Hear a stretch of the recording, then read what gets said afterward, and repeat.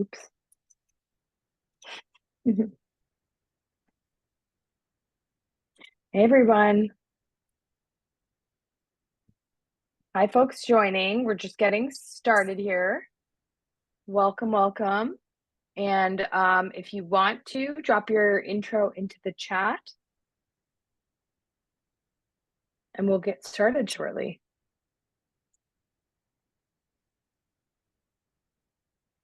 I'm trying to hide my tab here, but it's not letting me do it. I don't know why I'm in this Go to bookmark and lists.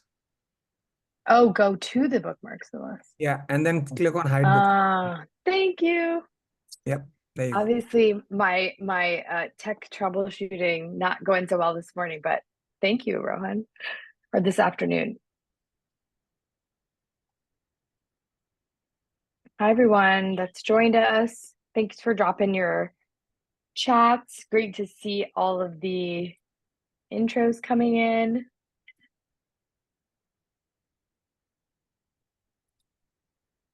Just getting a couple more people entered, and we're going to get started here in a couple of minutes as folks are still joining. Hi, welcome. So let's see, where do we have people joining us from? Austin, great.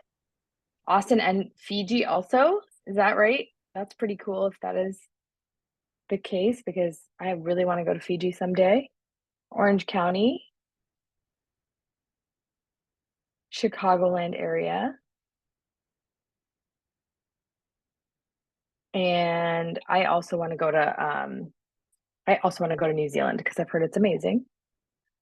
Anyone else? We got Canada folks loving to visit Egypt, also sounds great. Asheville, Spain and Portugal sounds awesome. And then, oh, a trek to the Himalayas part. Yeah, that sounds amazing. Also I've watched people do it on now with the magic of social media. And I'm like, okay, it's real work, not for the faint of heart.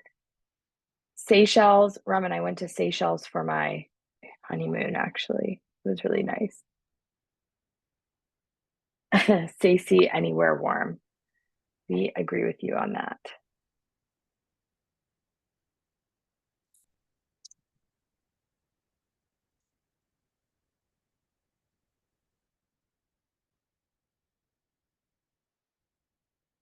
We got a couple more people joining us. And we are right about our start time. So we are going to start on time. We'll just keep watching as folks join us. And I want to officially welcome everyone to our workshop on landing a job in customer success right now. Put that back, please. Hi. And if you don't mind just muting yourself, that would be fantastic as well.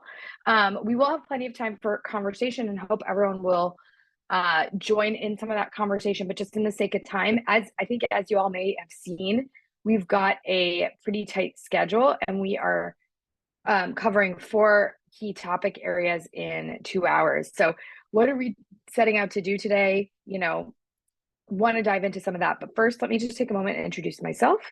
My name is Parul Bandari and I'm the founder of South Asian Success. Why we decided to have this idea is that we've been hearing a lot from our South Asian Success community of people that are displaced or looking for roles in CS, transitioning from other fields. And we wanted to give people a place to kind of concentrate some of the learning, make it very high impact, allow you to think about and engage on some of these issues and ask questions, and then learn from some people who have actually gone through the process recently. And that's going to be our panel. So we have, as I mentioned, a jam-packed 2 hours, but hopefully it'll be really exciting. And I honestly also understand that for some people, it might be very early in the morning. For others, it might be very late at night. Feel free to do what you need to do. And we are here for the level of engagement that everyone needs to do, but feel free to grab a bite if you need to, right? Breakfast, lunch, or dinner, whichever your time zone is. A few logistics for everyone. We are recording today. You probably noticed that when you joined in. Please do stay muted unless you're speaking. Video is not required, but Would be nice for Q&A, like if you can take off your video so we can see your face.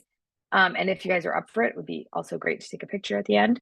The sessions will go fast. We'll try to entertain as many questions as we can at the end of each session. If we don't get to your question, we'll try to catch up with you separately after this session. So please do use the chat for Q&A during each session. And raise your hand if you have something urgent, like a question that you really feel like is very relevant or important at that time. We're happy to, try to take those as well. All questions are relevant and welcome, so don't hesitate to share and really get what you need out of the session. Okay, and something cool just to add to the hopeful excitement of joining this session.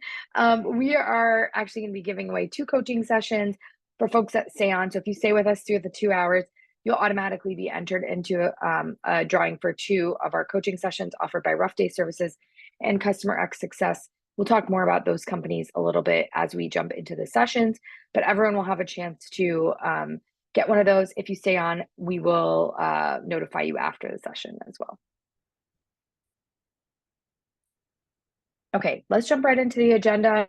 Obviously, this is the kickoff, and I'm really glad to meet everyone here and have you all here.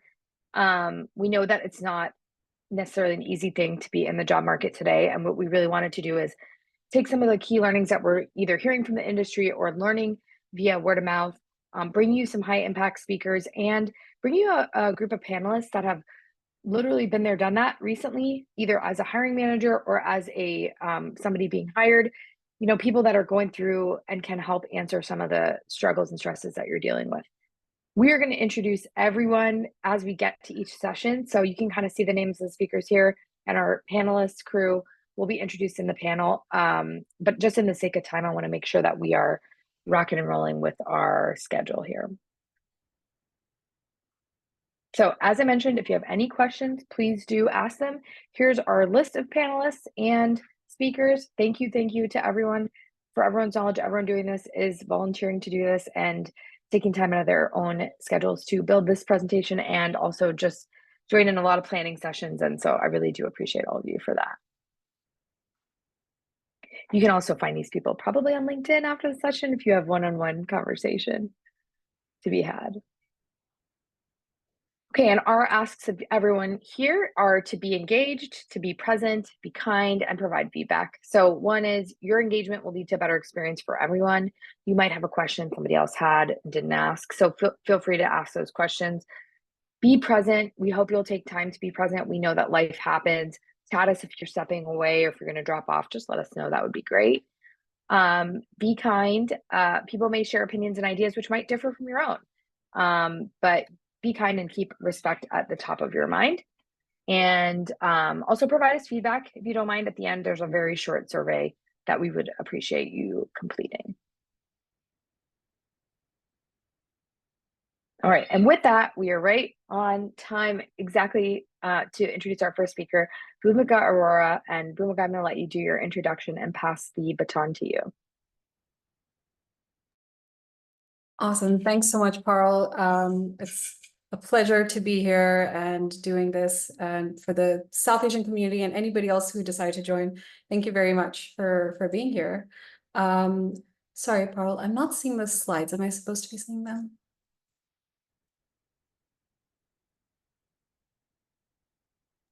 Might be. Yeah, I can see them, Bhumika's. Okay, give me a second. Okay, I see them now. So sorry. I think it was on my end. I apologize. But yeah, we're going to be talking about a unique value proposition. I think some of you already probably know me. I think that it's hard to find people in customer success who are leaders, and South Asian women who are leaders, and to talk to them and really talk about their experience. So you might already know me, but I'm a founder and coach at Ruffday Services. Can we go to the next slide? So yeah, just to talk a little bit about Ruffday and what we do. So we coach for customer success, and we also consult for go-to-market strategy. And our mission is to democratize mentorship and solve real problems. You'll probably see throughout my presentation, I'm very process-oriented and very focused on actionables and outcomes. So I'm going to try and go through it very, very quickly. and of course take your questions at the end. But it's basically all of my thoughts put together for this presentation, and hopefully it will be helpful and something that you can take away and actually implement.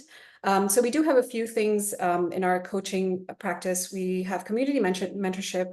One of the goals in democratizing mentorship is to make it accessible to everybody. So it's only $15 a month if you want to sign up. We also do one-on-one career coaching. I'm really excited for you to speak to one of our amazing coaching clients, Nisha, who's going to be on the panel and talk about her experience. And we also have the leadership circle, which is called the Mandala, for leaders to come together and solve problems as customer success leaders. I also am a part of a lot of different organizations. I won't go through them in detail. I think I'm actually missing a few on here, but it's an ever-growing list, and I'm very grateful for it. Next slide. Okay, so if everybody can just put in the chat, what did you do before customer success? I know that we didn't ever grow up thinking we would be in customer success. It wasn't really a role that was around until much recently. Also, I know that we come from different backgrounds. My own background is actually in finance and accounting, so I made a switch as well. Awesome. Lawyer, very interesting. Software consulting, teacher, account executive. Okay, awesome. I see quite a few people from software consulting and engineering, which makes sense in the South Asian community. Okay, project manager, event planning, very cool. Hotels, travel, yeah. Banking. Very cool. I think the closest one here is probably account executive, which is from sales, but everybody else has done so many different things. And that's kind of the beauty of customer success. It's people coming from different avenues and bringing that to customer success. So that will also lead into what we talk about around unique value proposition. It often becomes very difficult to talk about transferable skills. And that's kind of going to be our focus today as well. Let's move forward. Okay. I know we talked about unique value proposition as a title for this, but just to let you know what it is, there are so many different definitions of this online. I got this from Pongo Resume, and I really like this definition because it talks about tangible results that will get from hiring you. So when you present yourself to a hiring company, what is the tangible result that they'll get from hiring you, and what is the unique thing that they will get from hiring you?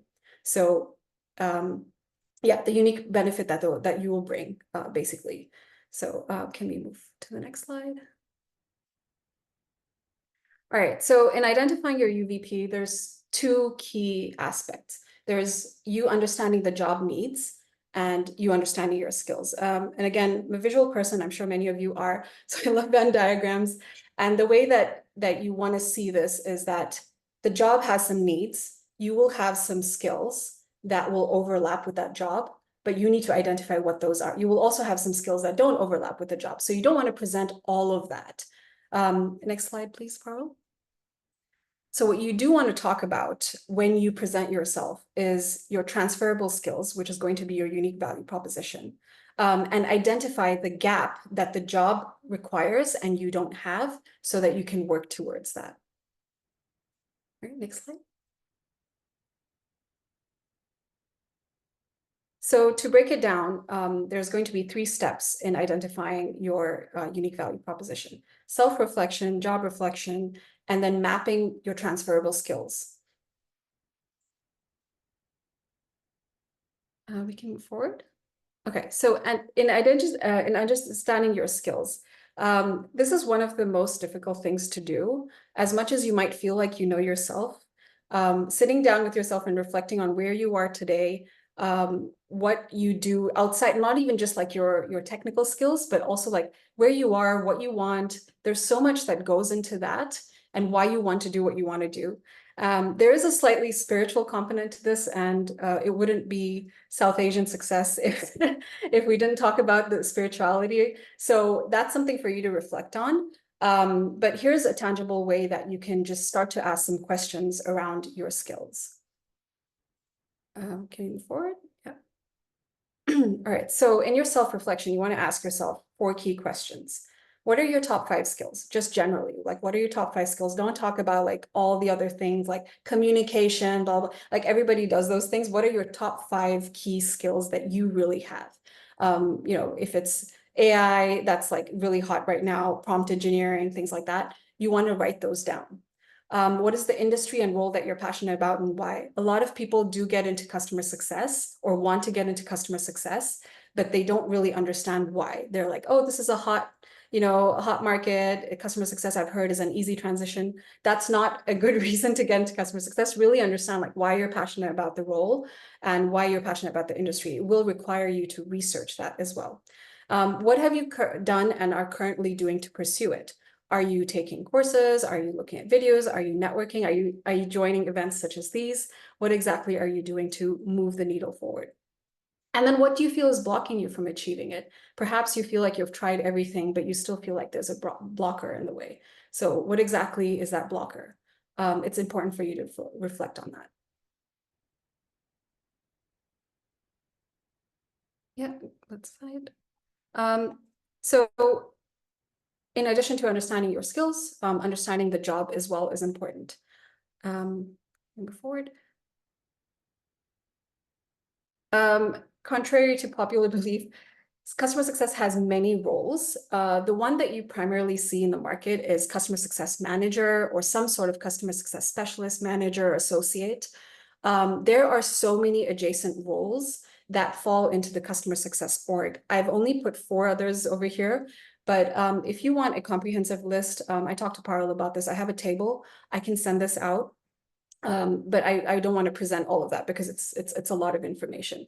But to just highlight one of the key roles that is out there as a CS operations manager, I wanted to dive a little bit deeper into that with you, especially considering, and just looking at some of the backgrounds here, especially considering that a lot of you come from technical backgrounds like software engineering or project management.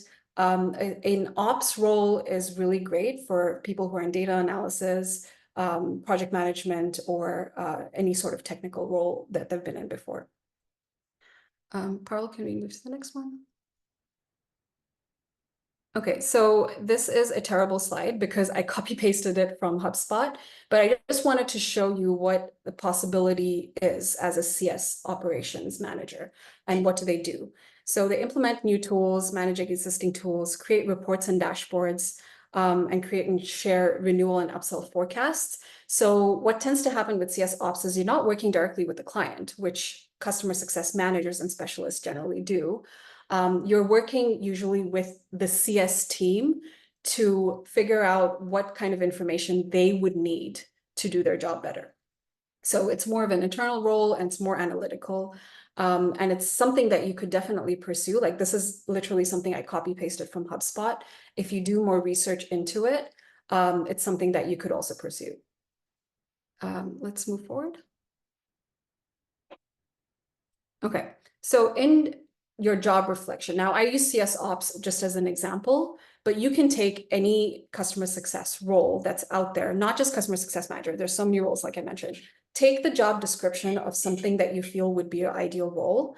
And I would recommend doing this 2 or 3 times just so that you understand the different roles that are out there. Sometimes a job role will say that it's customer success, but when you actually dive deeper into it, it might be something else like support or marketing. So you really want to understand that you're applying for something that reflects your abilities and something that you want to do. So going back to the self-reflection, you want to make sure that there's a match. And I know a lot of you will say, Bhumika, I'm just looking for a role. I don't care what it is. This is important because if you don't do that matching process and you expect the HR or recruiter to do it for you, you are not going to be successful, right? People don't want to do that matching for you. You have to do this process. You have to research the role. You have to make sure that you are a fit for that role and you actually want to do the role even. So research the role, look at the job description, copy the requirements into a document. This has actually been a very helpful process. Highlight the keywords that you are seeing as requirements. And I'll show you how to do that in the next slide. So this is an actual job description that I got right today. I just looked up a CS operations role on Indeed, and I picked a few things from the requirements. Managing playbooks and processes, team enablement, building, maintaining, improving data and reporting capabilities. As you've seen, I'm actually bolding out the areas that are important: playbooks, processes, enablement, data reporting, problems, dashboards, SaaS, EdTech, cross-functional leaders, and Tableau. So these are the things that they're asking for. Try to sift through the noise and just highlight the things that they're asking for. And then with that, you can actually get into mapping your skills to it. Okay, next slide, please. Okay, so this is how we're going to do the mapping, right? Understanding your transferable skills. So I'll give you an example from the one that we just got. And so here, the requirement is playbooks and processes. How have you done this and where have you done it? Perhaps you built a playbook for a support team in a previous role. Great, you can talk about that. Really talk about the impact. I haven't talked about numbers here because I know that it's very overwhelming to do that in your first instance, but this is something that you have to iterate on. So first, just list things saying, have I done this? Where have I done it? And then you can add the impact and the STAR method and all of that later. I know how overwhelming it is to start with STAR method. It gets very confusing and you actually shut down. So just start with listing things that you've done, okay? Data analysis. Maybe you did an analysis of a spreadsheet. Maybe it wasn't in a tool. It's okay. You can write that down just so that you know that you've done these things. So I've already got 3 things from the CS Ops role that I've done before, okay? And then EdTech SaaS industry, maybe I haven't been in EdTech SaaS, but as I saw, a couple of you have actually been teachers before. That could be a transferable skill. I've highlighted it as a gap, but this is where your cover letters come in. You can actually explain things like this on your cover letter saying, look, I don't have EdTech SaaS industry experience, but I've been a teacher, I get it. I don't have familiarity with Tableau, but I have some knowledge of Power BI, I get it, right? So it's important to identify your gaps, and those are the things that you want to explain or work towards when you're applying for the job or when you're explaining why you don't have that experience on your resume. Yeah, so really, it's just a matter of sort of like mapping what you've done, and don't downplay your achievements is my like recommendation, because I've noticed a lot of folks that will say, oh, I haven't actually done data analysis before. And then when I start to ask questions, the thing that they'll say is like, yeah, I used to do stuff like this in like high school, right? And I know that it might be such a long time ago. You're like, high school, that was a really long time ago. But the fact that you do these things in your life, you have experience with it, it's going to be easier for you to pick it up. Don't downplay things that you've done in the past just because maybe it's not in the same way that they're asking for it, right? So just highlight the things that they want, talk about, just list things that you've done. Maybe you haven't done it in the same way, it's okay. And you can obviously move towards the gap as well. Okay, next, I think that's the end of it actually, but I just wanted to, I just wanted to say that that's your unique value proposition, is the ability to talk about your transferable skills, especially in customer success, and highlight exactly why you're a great fit for something that, in a way that maybe somebody would not have seen for you. Don't make the recruiters do that work for you. You have to do that work. All right. Any questions? I know I went through the slides pretty quickly.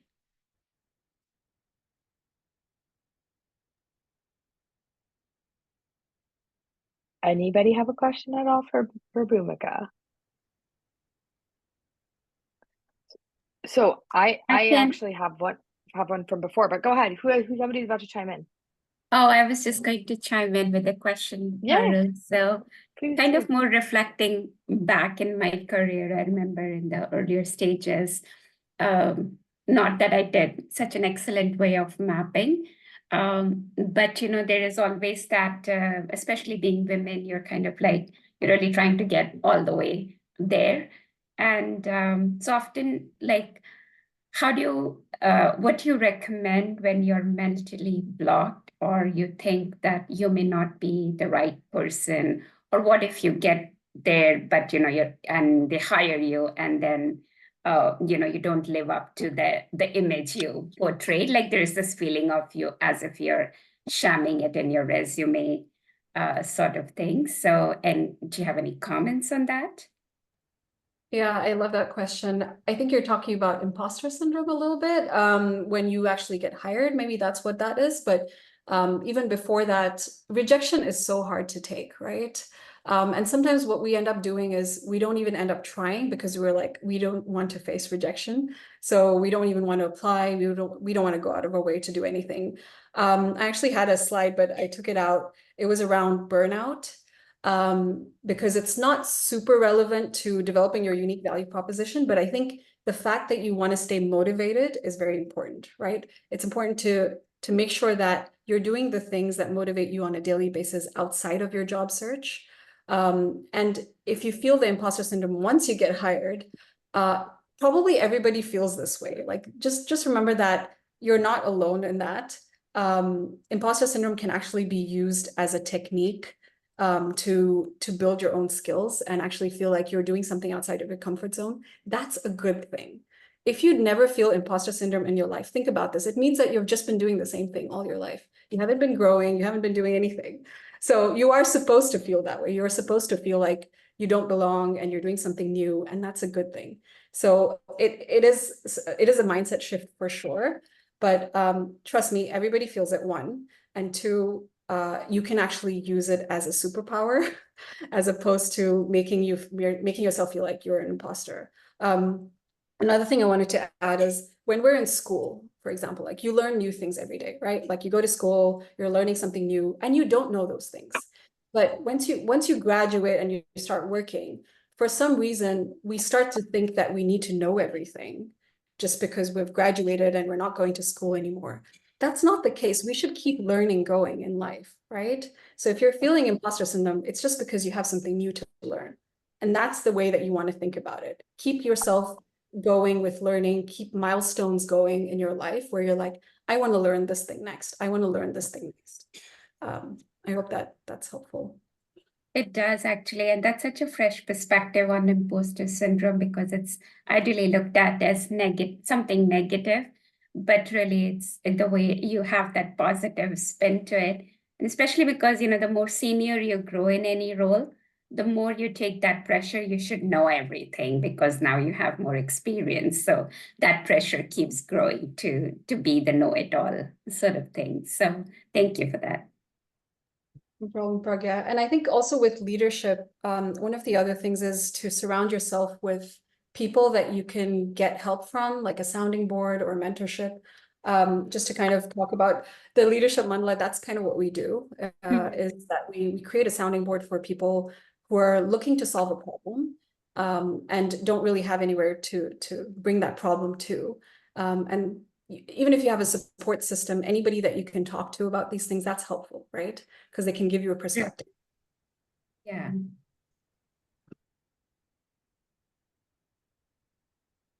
Anyone else have a question for? Yeah, I have one Bhumika question. here? Go ahead. So my challenge has been landing an interview in customer success. I felt like I've applied to many customer success positions, but I haven't been able to fully execute an interview or land an interview. I get mainly rejections from the position, or something along the lines of that my background and experience doesn't align up to the position. But I kind of disagree with that because I've worked in software consulting, and I have worked with customer success managers. But I feel like, I don't have the direct experience, but I feel like I have the skill set for a customer success manager. Najib, so it's a tough, sorry, is that how you say your name, Najib? Yes. Thank you for your question. It's a tough one to know if without like specifically understanding what your experience is. But I would say that if you're getting that feedback constantly, that it doesn't line up, one, you should definitely ask them why it doesn't line up, where you're lacking. Companies normally don't give that feedback. I know that's very frustrating when you don't get feedback, but maybe talk to somebody else who is in that position, reach out to them on LinkedIn and say, hey, I see that you are in this customer success role. I'm wondering if you could, have a look at my resume and just give feedback around like what's missing for these kind of roles. So you can get like a third party who has been in that space to actually look at your experience and decide whether it is actually the case, or maybe it's just like bad luck, right? Because the market is so bad. Like you saying that you disagree, but you probably need to run that by somebody else as well. Yeah, I mean, the thing with that is it's sometimes like automated, so the email I get is just like right after applying for a position, right? And I don't think I can apply, or I'm sorry, I can't respond to them because it's usually a no reply. But I mean, that's the only thing I can do is just just hear back from the email. I can't do anything else. I mean, I don't have direct contacts with a recruiter or anything like that. Yeah, so we are going to get more into resume building with Swati. I think that will be relevant to you as well, because maybe it's that your resume, even though you have the experience, maybe your resume is not reflecting that. So that's definitely something to look into it, because the resume will land you interviews, then you have to like think about like each stage, right? So there's two things that you need to do to land a job is to land an interview is your resume and networking. So you might not be networking, maybe that's another thing. Try to join some communities. Again, I know Parul's going to talk more about networking. I would say that this unique value proposition is really for you to do the mapping first before you actually look into what else you can do. So I would say stick around, and then if your question isn't answered till the end, then we can definitely talk more about it. Yeah, Okay, and I think that was a great like deep dive. Like I feel like if you feel like you want to chat more with anybody after too, like take that time. But I think one thing that Bhumika you put out there too is like that skill mapping could lead you to an adjacent role that is still customer success that you might have direct skills for and be even more of a, like a better candidate for. So there's some interesting stuff there. We've got two more. We got a hand up and a question in the chat. So Mohsen, your question is a little bit focused on what sort of skills are required for the role. And I know that you will get into keywords. We are going to talk a little bit more specifically about resume in the next section, but anything, Bhumika, in the research that you were doing, or like just kind of talking to people, any skills that you think stand out for CSM? I know you highlighted CS ops for us, but is there anything you want to highlight just briefly for like a CSM or differentiating role for skill set? Sorry. Yeah, great question. So usually what I've seen with CSMs now, the feedback that I get from hiring managers is that they want people who understand customer success metrics and KPIs off the bat. If you go in and you don't understand the language, you're not going to do well in the interview. And then if you get hired somehow, you're not going to do well in the role. So really understand how CS is measured even before you start applying for those roles, and try to even reflect that on your resume. So for example, if you don't know what NRR is, if you don't know what GRR is, these are things that you really need to understand to build out your resume, and then also talk about it on your interview, and then obviously be able to apply it on your role. So understand this customer success language. It is very specific. Yeah, that's the basic thing that I hear. The other skills are obviously, like personality based and things like that. You have to be good at communication, you have to be empathetic. But more and more I'm seeing that they want people who are analytical, who can basically go in, make sense of data for the customer, and then like give valuable feedback to the customer saying, hey, we saw this in your usage data, for example, and this is what it means. So you have to be consultative, strategic as well, to be able to do that. Analytical, consultative, strategic, great attention to detail as well.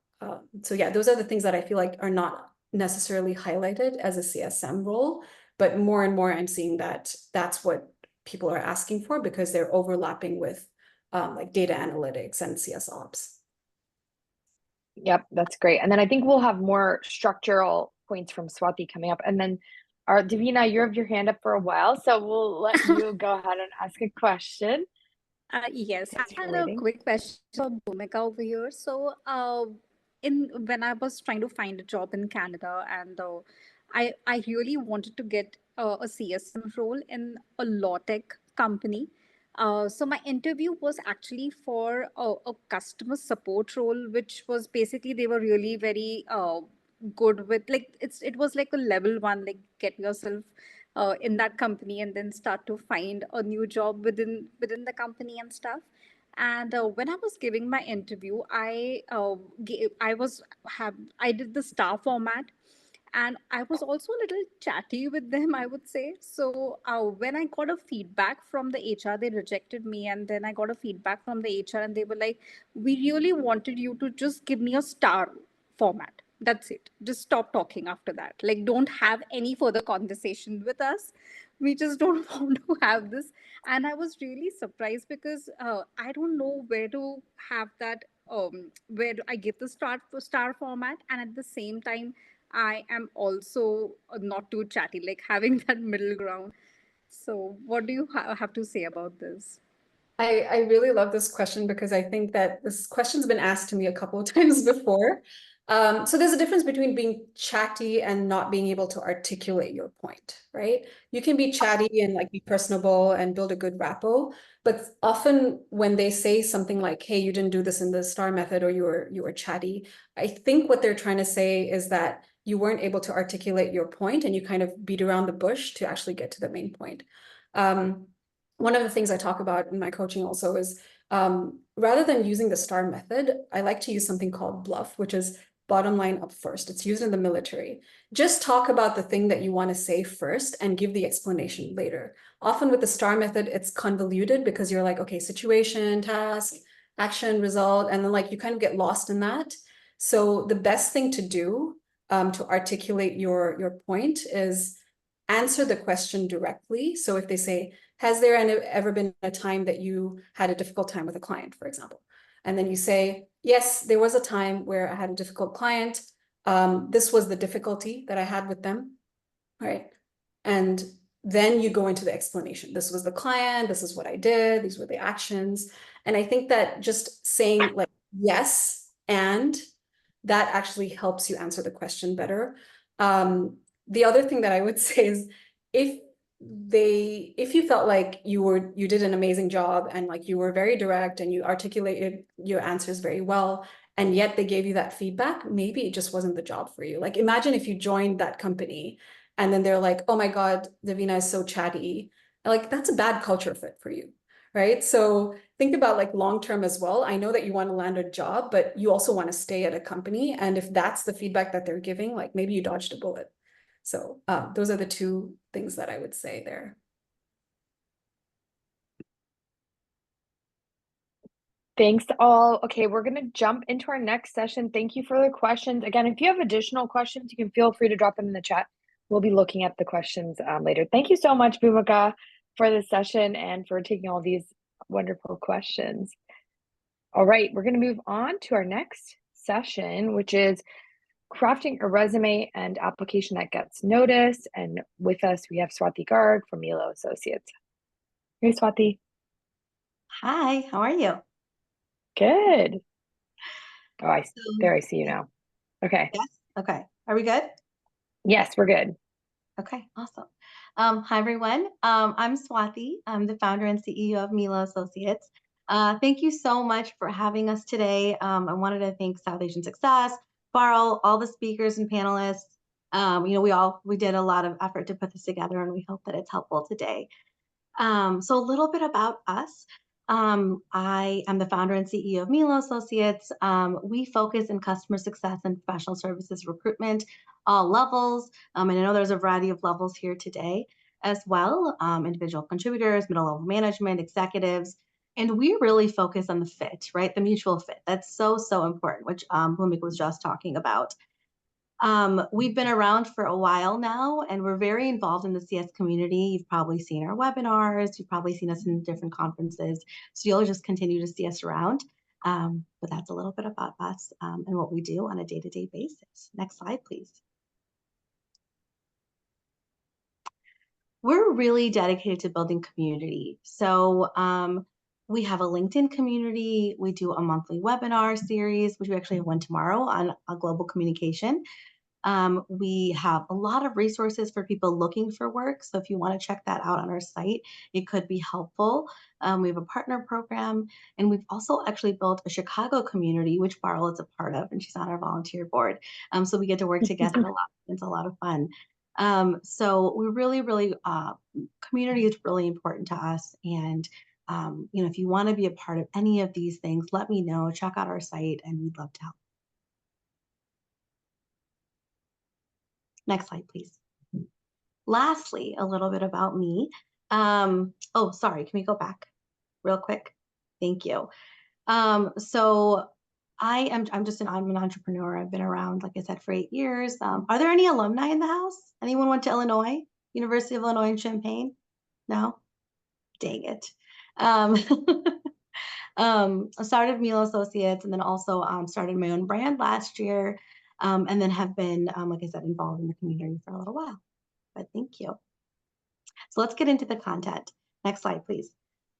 So resumes, right? So the whole talk today is, my section is about resumes and your application, right? And I want to kind of elaborate on what Bhumika was just talking about. So the first thing I want to say is know your superpower, right? People are coming from all sorts of experiences. So whether you are new to the CSM space or you are an experienced person, right? It's a very competitive market right now. And you don't want to, you want to give like a general resume, right? You really want to talk about what do I bring to the table, right? Whether it's certain industry experience, whether it's certain customer experience, whether you understand a product really, really well, right? Or maybe you can come in and solve a certain type of problem, right? Maybe you've always been the person that like improves processes, or maybe you've always been the person that can like de-escalate, somebody that's just really frustrated or angry, right? Whatever it is, right? Find your superpower. And that doesn't matter if you're an experienced CS person or not experienced, right? It's just really important to understand that. I would say that is probably the biggest thing in being competitive in this market, right? Because there's a lot of amazing talent out there. And the way you're going to get a position over somebody else is if you're applying for the right positions that need your superpower and that and whose industry you understand. So that really is going to be the big differentiator right now. So once you know that, right, you're like, okay, I got this. You want to now start working on your resume, right? So on top, whether there's an objective or summary that's very controversial, you're going to get a different opinion from every single person. I love them. I think it sets the tone for the entire resume. I think it's really important to talk about like what you've been doing, where you want to go, and how they connect with each other, right? Like Bhumika said, you have to, my words, you have to connect the dots, right? Bhumika was saying the same essence. You have to connect the dots for other people, right? They're not going to be able to do it for you. A recruiter or a hiring manager, no one's going to be able to be like, oh, you're a good fit for this. You're going to have to tell them why you're a good fit for this, what you bring to the table. And the summary or objective is like the best place to start on your resume. The other thing is, we were talking about language, right? CS language a second ago. That's really important. But it's about sharing your experience in the customer success language. So the biggest thing is, I would say, I know this might be tedious, but read like 10, 15 job descriptions, right? And be like, okay, what do I already know in these job descriptions? And am I explaining it this way on my resume, right? Like keywords are important, but it's not just about putting keywords on there. The keywords need to be explained correctly, right? They need to be like, okay, I understand like this person has a consulting experience or a lot of customer facing experience, but I want to see that they understand customer success. So how do you put that together, right? I always say that list your favorite responsibilities first, right? When you're moving from job to job, no one's going to like 100% of your responsibilities, right? Nobody likes 100% of their job. If you do, that's amazing. Tell me what you do. I'm super curious. But like nobody does. And that's okay, right? But you want to list your favorite ones first, right? Because you want them to see that. The goal is, at least I think the goal is, every time you get a job or you move positions or you start something new, you get more of what you love in the next position, right? So if you list your favorite things first, that's what they're going to see. That's what they're going to want you to do more of. So that's what I would focus on. Numbers matter, right? So you want to quantify when you can, but you don't need to put numbers on just to put numbers on, right? I would say put your best numbers on there and call it a day. If you have short tenure, which let's face it, the world's been pretty crazy the last few years, especially in tech, right? People have short tenure. Explain them, right? To get the interview, you want to make sure that any questions that you think they might have on your resume is immediately answered. At least that's my opinion, right? Like I said, these are all my opinions. People may agree, not agree. So I'm just going to disclaimer that. You obviously, the resume represents you, so you have to decide, what you want on there and what you don't want on there. But I highly recommend doing this because if it's like, oh, layoff during COVID, or company had a 10% downsizing, right? These are very common things, unfortunately, that people are dealing with and understand. And if you put that on there, they're not going to question why you left a position in 6 months or under a year. They're going to be like, that makes sense. And they're going to move on. It's not going to be a factor anymore. So I think that's really, really important. When I was kind of going back to like industry, and it's a very competitive market, share what each company does on your resume, right? Write a couple sentences of, what the industry does, what type of customers you've worked with, what the software does. That really, really helps just so people can get an idea of like what your scope is, what you've been doing, what kind of company it is, especially if it's not a well-known company. And throughout all of this, like I said, keywords are important, but only like valid keywords, right? Don't just put CS language on there to put CS language on there. Make sure you're explaining your experience using CS language. And yeah, I think that's it. And if anyone has any questions on this, I know that was a lot. Obviously, please let me know at the end. But next slide, please, Carl. So LinkedIn, I know we're talking about applications here, but resume and LinkedIn are so connected. And you want to make sure that they're very similar. So a lot of people also apply through LinkedIn now. So your LinkedIn can become an application now if your resume is not, right? So you really want to think of these both as the same. But I'm going to get to that in a second. So the first thing is you want a super clear title, right? What do you have? Are you a leader? Are you a CSM? Are you in operations? Like a very clear title of maybe a couple keywords, maybe software, maybe you're leveling, right? Maybe 3 to 5 keywords. Or if you have more, just make sure that you're not repeating yourself. It's very clear. And it really all represents you, right? Sometimes people have speaker, people have mom on there, people have I don't know, dodgeball player, like whatever it is, right? Just make sure that it really represents you. But I wouldn't just put all of them on there. For example, I wouldn't put CS leader, CS executive, director of CS. I wouldn't put all of those on there, right? I'll pick one. And just making sure that you're not using words that are repetitive in that matter. Have a really strong about section. So this is similar to the resume summary, right? Some people kind of copy paste. You have more room on your LinkedIn, so I would maybe add more, but it's another opportunity to share your story, right? If you are actively on the market and it's public, you can share a lot more. If you're not, not publicly looking for a position, right? You can still explain the things you like, the things you do, what you've been doing, and still get people really interested. What industries you've worked in, products you've worked with, what you're passionate about.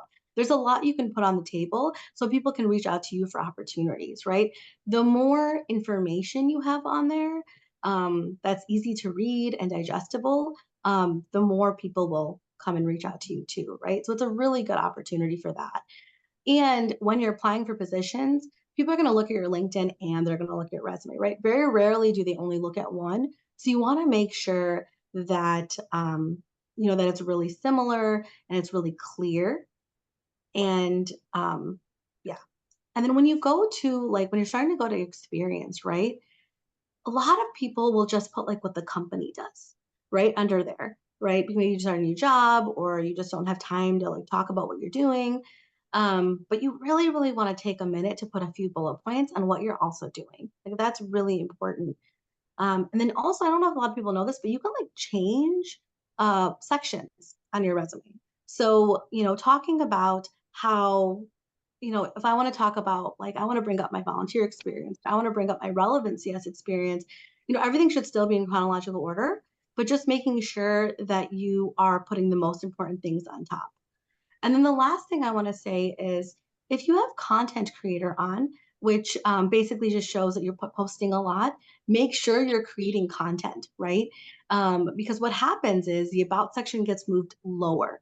So if you're not creating content, they're just going to see that you're not posting a lot, and it's just going to take them longer to get your experience. But if you are posting a lot and you're really engaged in the community, the content creator option is fantastic. Next slide, please, Barl. So international applicants, I just wanted to touch on this for a quick second. Is anyone, please put it in the chat. I'm just curious if people are applying, you know, or they're living in not their home country, or they are applying as an international applicant in any way. I'm just curious to know if anybody is, but just wanted to give a few pointers on this. I would definitely say target mid to large size companies that they have more resources. Research and target companies that have international applicants already, right? They understand the process. They're more open to people from another country. They already have process in place. They might already have a team in place. So it's just easier for them when it comes to like, if there's like, for management. And be clear if you need sponsorship now or in the future, right? I think the more clear you can be, the easier it is to have those conversations. And like, I'm going to say this again, but the market is really, really challenging right now. It is getting better, but keep going. You may need more applications than others, but it'll be worth it when you find your dream position. So I would just, I would encourage you to just continue the process. But those are just some of my tips. And if you have any specific questions, I'm happy to answer those as well. Farrell, next slide, please.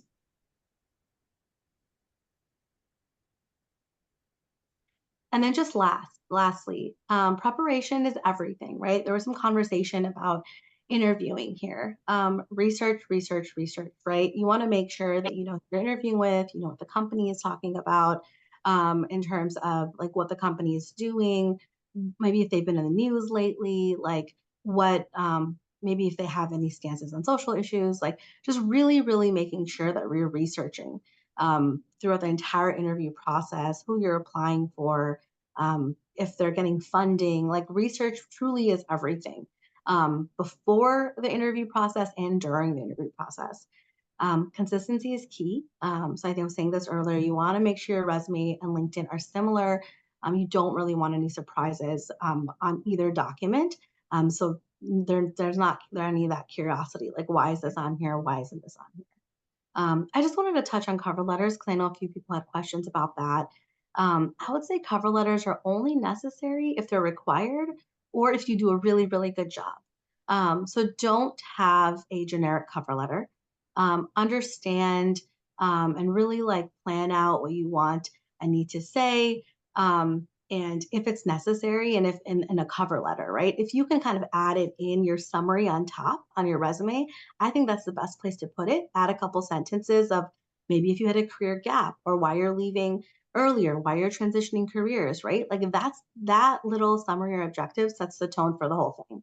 But if it's required, do a really good job, right? That means they're reading it, they're looking at your communication skills, and it's a really, really important part of the process. And there's definitely companies that do require it out there. It's just not as many as maybe in the past. And then I'm just going to say one last point on networking, because I know Barl's going to talk about this. but don't exhaust your network before all of this is done, right? Making sure your resume and LinkedIn are super on par and everything is ready to go and polished before you start reaching out to your network, because that's the first thing they're going to look at is your LinkedIn. And so once everything is good to go, it'll just put you in a space where you're putting your best forward. But that's it. Does anyone have any questions? The last slide is just questions. Yeah. I don't want to cut anyone off, but I have a question, Swati, from another scenario where I'm actually mentoring somebody that is going through the application process. We did go through like resume review and things like that. And I think that did help to like even just getting another set of eyes on it. And so like, I definitely recommend that for others. If you even friends and family can be helpful there. But the one thing that they've been struggling heavily with is actually in the application process case studies. They've been highly demanding as far as like a time element, researching, like spending exorbitant amounts of time. Have you heard anything like sort of tips that could be shared for the group on how to handle case studies in your experience, but also like tips for how to avoid getting burned out on case studies? Because I think that if you're getting to that stage, that's great, but they tend to be they can be a little bit taxing at times. Yeah, of course. I mean, a challenge, that's a great question. I mean, a challenge or a presentation is really common in the process now. So my biggest thing would be don't make assumptions, ask questions, right? Ask how long something is expected to take, ask them what they're looking for, making sure you understand what their expectations are. If you're really excited about a position, maybe you spend a little bit more time on it. But I think that, they're giving you a prompt. And so I would just say, ask questions, don't make assumptions, don't rattle your head in terms of like, I don't know if they want this or don't want this, just ask, right? Take away some of that. And that'll really, I think, shorten the time and make it a little bit easier. We encourage all of our candidates to ask as many questions as they need. Because you want to make sure that you're doing a good job. And honestly, like companies love seeing your thought process. That's part of the challenge. So I think that'll just make things a lot easier. Does that help? Yeah, that's a great piece of advice. No, I'm just saying that's great because I think sometimes you feel like you have to figure it all out. And that's kind of the sense I was getting from the process too. Okay, we have a hand raised by Rupal. So go ahead, Rupal. Hi everyone. Thank you so much. This is really very insightful, this whole session, Bhumika and Swati as well. So Swati, I wanted to ask you that you mentioned that we need to explain the company profile in our resume. So as of now, the structure that probably I generally use or everyone uses is just highlighting, our capabilities and the work profile or the works that we do. How should we include, company objectives and, structure within that? Could you just... Yeah.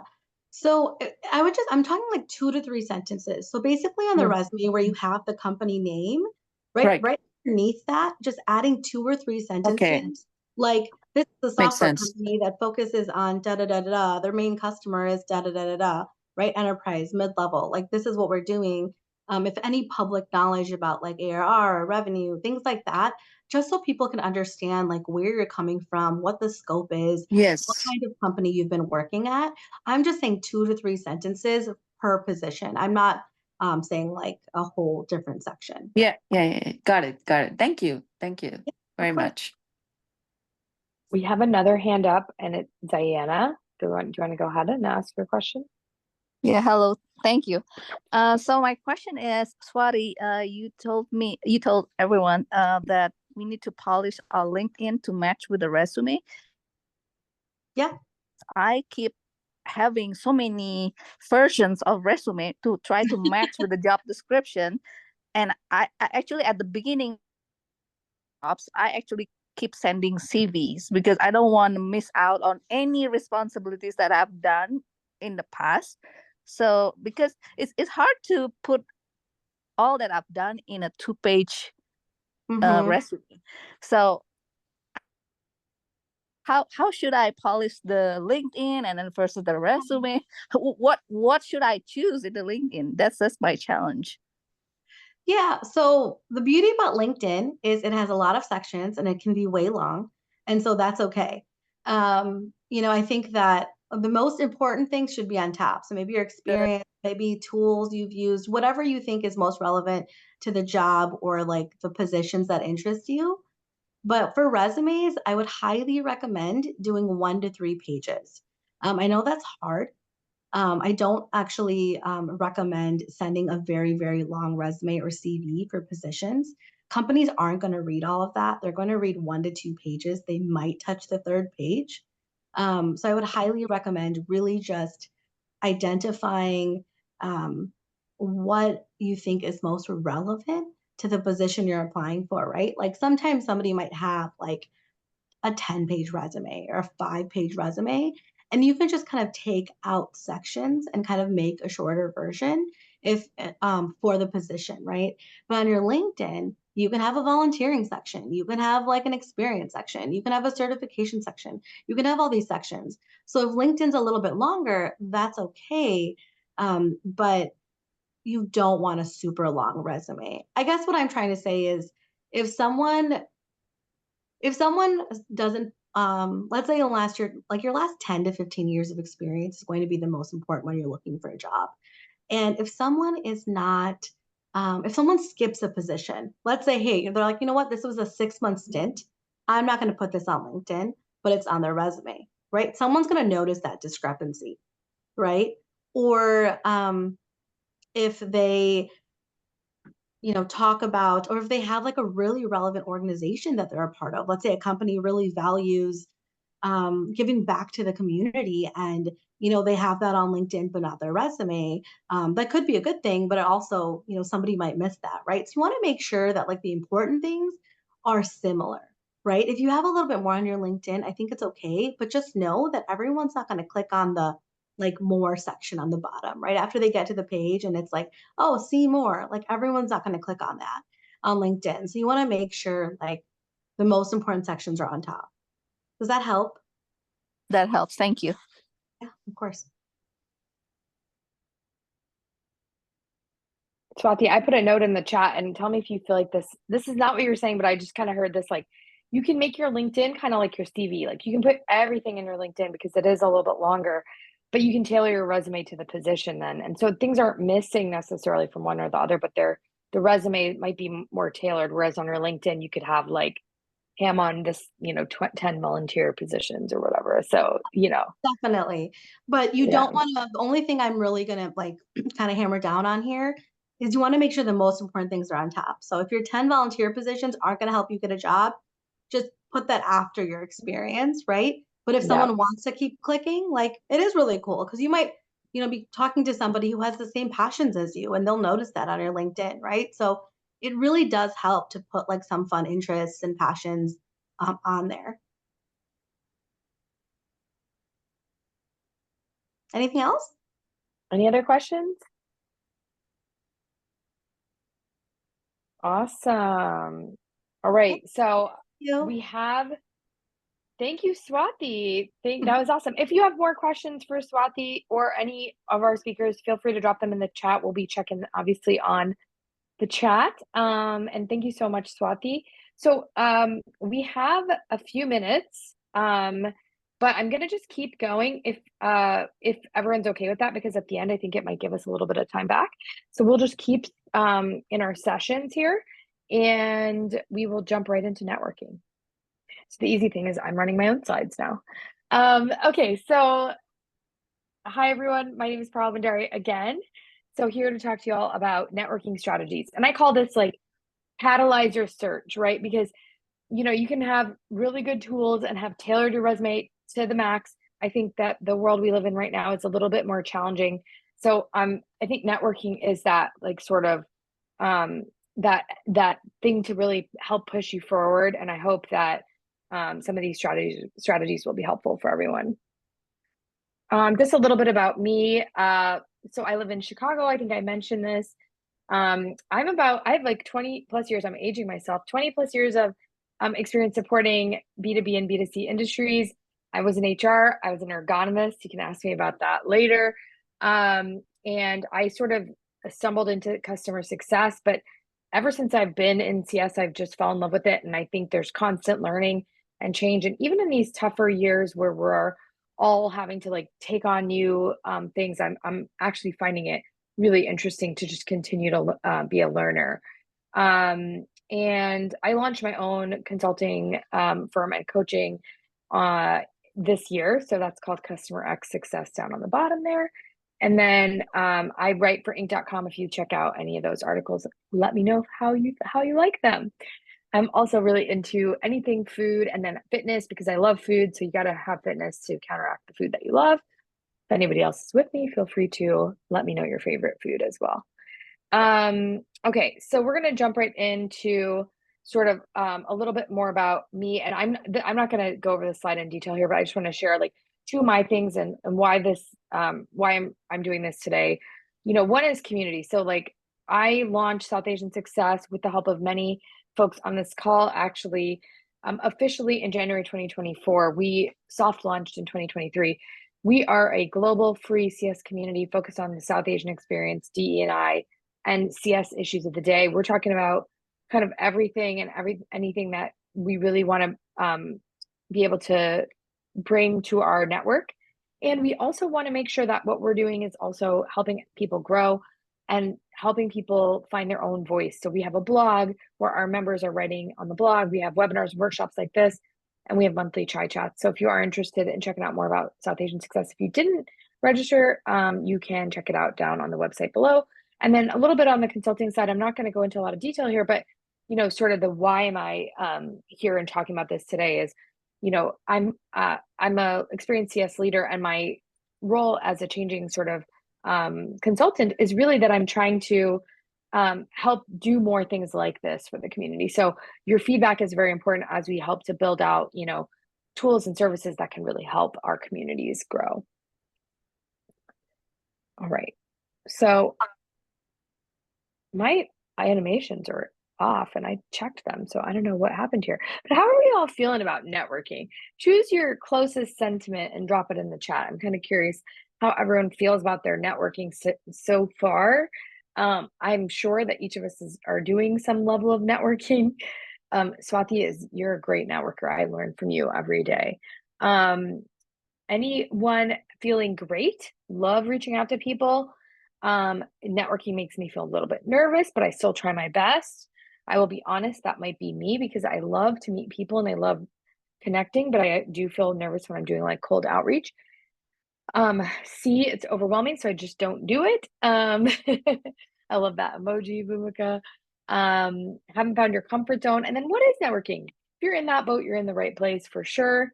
But yeah, I think many of us, networking is not as easy as it seems. And so I really want to give you guys some actionable tools here today that you can take with you that maybe help for those that need to step out of their comfort zone, make it a little bit easier. And for those that are already really good at it, give you some new tips and ideas. Okay, so what we're going to discuss is first of all, what nobody is saying out loud, you know, which is kind of the truth about the job market today, which I think we all know it, but we're going to talk about it. Why networking matters. And then I'm going to dive into a couple of networking strategies. We probably won't cover every possible thing, but hopefully in the time we have, we'll cover the high impact ones. And I'm going to talk about playing the long game. Okay. So what is nobody saying that everybody knows about networking, right? The fact is that we're talking about one position at some companies and 1,000 applications. And I know that we had some chat on this community discussion already about, hey, like, I feel like I'm not even landing the interview. And I put this out there because I think it's not necessarily about you all the time. Having been a hiring manager, I think other hiring managers can attest to this. You know, when you put a job out there and you get 200 resumes or 300 resumes, that's hard enough to look at. But the market today is such that we are seeing more and more applicants in the market and not as many positions to match, right? So unfortunately, jobs are being offered before they go public because they don't necessarily, they want to take some of that work away. A hiring manager has to go through 700 or 800 resumes, has a big job ahead, even with a recruiter to support them. So people are looking at, hey, can I, find people in my network that might be a good fit for this job? Can I find a recruiter to help me to, land these jobs better? Or can I look at other kind of network, my communities and things like that to get these jobs?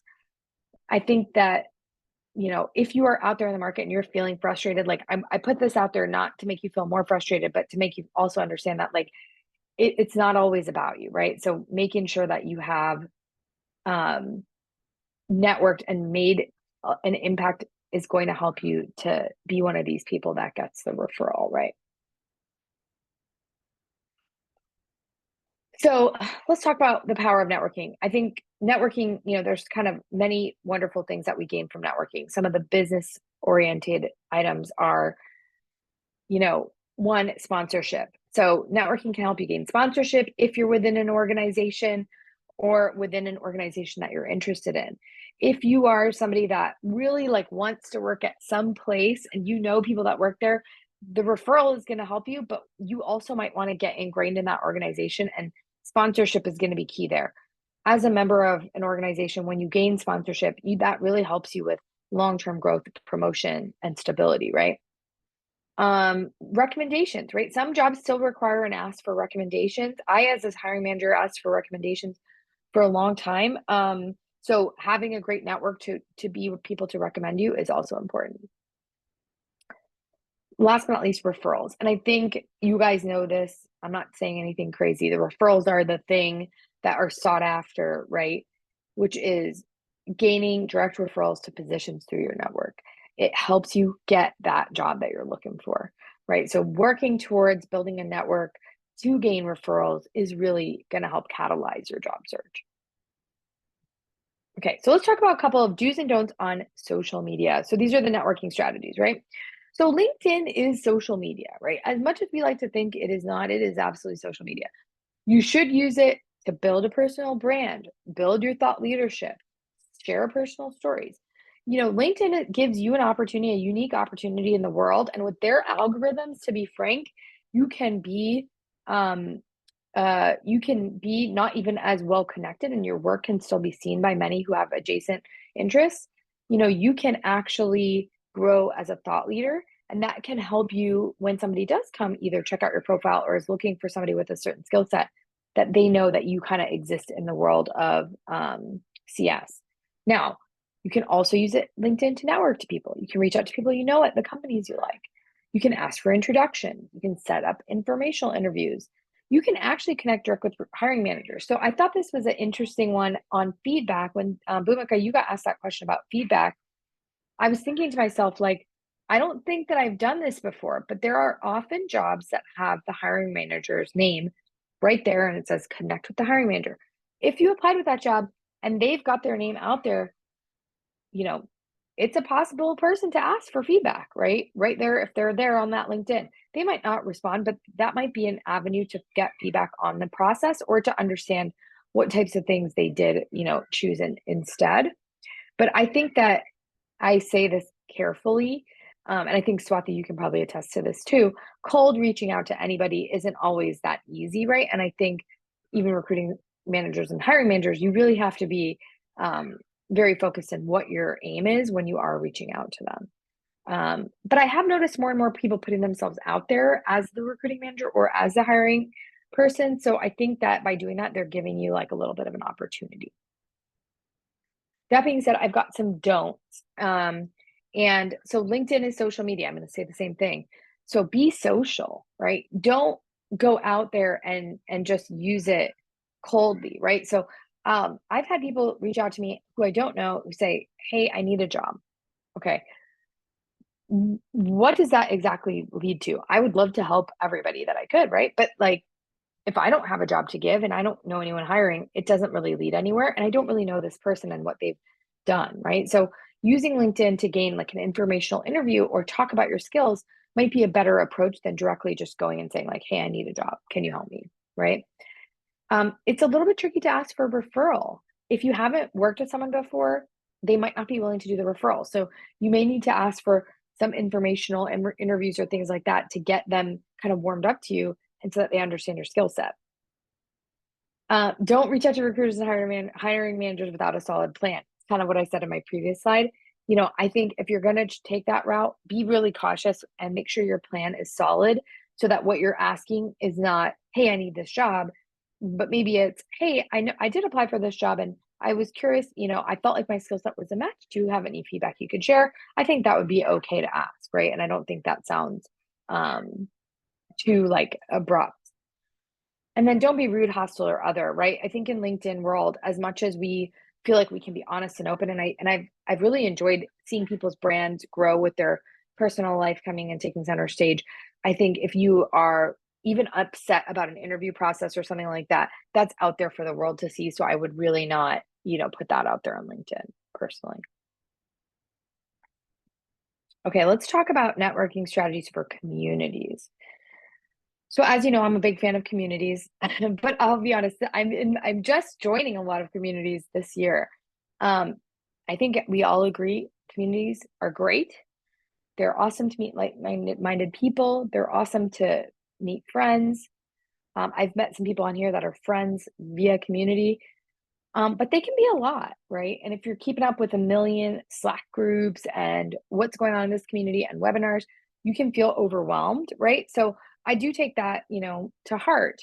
Kind of consider what your needs are at the time, right? And maybe consider how these communities can help you. Different types of communities that are great to join: professional communities, you know, they can help you grow your brand or gain something, i.e. mentorship. Personal communities, you could meet people, you can meet friends, you can gain interest, or both, right? Like I've done, meeting some friends and growing brand professionally. But I think that engage at your comfort, right? And I say this to people because if you are part of 10 different communities and you're trying to keep up with all of them and you're trying to, you know, build your brand in all of them and do everything, you're probably going to get burnt out. So find the ones that give you the most impact, and it's okay to be you know, to be honest with yourself and say like, I don't have time for this right now, right? And I think that is just something that is fair. Also, a rule for communities is follow the rules and be considerate. So there's a place, this is also a place to be social first. I've noticed a lot of community managers will come back and say, hey, this is not a place to post a job, or hey, this is not a place to pitch somebody, or hey, this is not a place to say I need help, right? They usually have a specific channel for that. Really make sure that you're following the rules and that you are gaining the most. I have to tell you, I joined a community recently. It's kind of interesting. It was a Facebook community, and it was for people that are building businesses and building brands. And I have no ties to this community whatsoever, did not know really what I was getting into. But I got to be a part of this awesome summit where I learned so much. And the people that were running the summit had completely different skill sets than me and completely different job types, but the things they were sharing were still super relevant. So I take that to heart, in that not every community is going to be exactly like a CS community, right? Like you might find a great amount of value in like a rev ops community that you find, or like a personal interest community where you can still learn a lot. Okay, and then other networking strategies, right? So live events, I think, are great for connecting. If you have live events in your area related to tech or related to the industry that you're in, try to attend them. I'll just give you guys some examples of events that I find really awesome. So in Chicago, we have an accelerator called 1871. We recently just went to like a Women's Day event there, and I met coaches, I met, you know, professionals, I met other people doing the same kind of thing I'm doing. And it was awesome for just networking and connecting. And believe it or not, I did talk to somebody that said, hey, I might have a need for, you know, CS consulting. That wasn't the intent of my going to that event, but it really was a nice kind of add-on to the event. University groups or forums. If you're a part of a university group, you know, that could be international as well. You could gain a lot from that. Volunteer organizations, and then gyms, classes, sports leagues. And then because we're South Asian Success, we have to throw in there cultural organizations or even religious organizations. Like there are great places to gain mentorship where you might not think to find it, right? So I call it like a hidden place, but you might find the best mentors in a place you don't expect. I kid you not, I have a great mentor that I still talk to after like 3 years, and I met her at my old 2 companies ago, and we've stayed connected, and we're not even doing the same thing anymore, but she's doing a totally different job. I'm doing a totally different job, but it's just been somebody that I connected with. So, I think that is a great way to try to find ways to network. And I love that what you just put out there, Bhumika, like, hey, if you don't feel comfortable reaching out to people, being silent in the community is great too. You can just learn and observe what people are doing and how they're kind of pitching themselves or pitching their brands and things like that. Okay, and then sort of my pitch for everyone is playing the long game, right? Networking can reap benefits for longer than your search period. So don't limit yourself to the now. I know that you guys are on this call, everyone's on this call because you're looking for a job now, but also as you're networking today, consider your longer term goals, right? So when I say that is if you have a company in mind that's like a gold star company that you really want to work at, you might not see a job position today, and you might not even apply or work at that company this year. But starting to build your network with that company is not going to be a bad thing. You can actually start to build possibly towards future goals, even as you are working on your current goals. And so that's, I think, one of the things about networking that really is going to help you. Because if you are trying to cultivate relationships and be respectful and do informational interviews, you might not be in the top, 1 week of the job posting, right? But it can be rewarding for many years to come and beyond sort of your current needs. Your next opportunity could also be waiting in a relationship that you already have. So I do say, to you all, look back at networks that you've already created, people that you've already worked with, people that you've cultivated great relationships with. Because if you have been playing the long game and you love networking, like many of you do, you might have already built some strong relationships that you could also go back to and ask for support. Either, hey, somebody to review resumes, or hey, I'm looking for positions. Are you aware of anything? Those are the people that are really like gonna, you've already cultivated that. So you could be growing something from within. And I like to share this example of this longest cricket match, because I think like it's just funny to me, that this is like the longest match I think ever played, but it's just funny to me that in this game or in sports or in something other kind of hobby that we might do, we might sit there and take time to cultivate it till we actually achieve the end goal. Similar to what Bhumika was talking about, right? We might take time to attain all the skills needed for a CSM position. That doesn't mean we don't have really great things that we've done today, but cultivating that through your network can start today, even for a job that you might take, in 5 years. So, yep. That's it for this session on networking. Short and sweet. So hopefully that was helpful for everyone. Let me know if you have any questions or if you want to talk about your kind of style of networking, because I'm seeing still some awesome discussion points here. I think some people saying, it's great to network, but I don't really love small talk. So maybe I want to network in a smaller group, right? So that's like really awesome. But anyone else have any questions or sort of comments on technique of how you network? Okay, I do have a question. Yeah, go for it. So I live in a small city, and I'm working as a marketing manager, and I love the area where I live now, but for growth or job opportunities offer me anything much. So I am looking for remote jobs. So therefore, I cannot network with people around here. They won't give me remote jobs. So I need to actually network with people all over the US, I suppose. So my challenge is in LinkedIn, anytime I click like or comment, it seems like my whole networks know what I'm doing. And it's a little tricky. I just don't want to scare the company that I'm working for right now. Like, wow, what is Diana doing here? Is he looking for a job? I am quite happy with what I'm doing right now, but I just feel like I need a growth in the future. As you know, living cost is getting higher and higher. I just need to know how to do this, and I'm looking for customer success role because I just love helping people. When I was an account director, that's what I did. Actually, basically, I just translate the problems that clients have and come up with a solution. So again, if you understand my challenge is, how do I network with people whom are working in the companies that I'm trying to target for remote jobs, but I'm not connected to them at all. So I'm trying to build relationship through LinkedIn, which is going to be hard, I feel. And I understand it's going to be a long-term thing, but I just don't know how to do that. And then also to sort of mask or hide, I don't know how, but I don't see any settings in LinkedIn to hide my activities.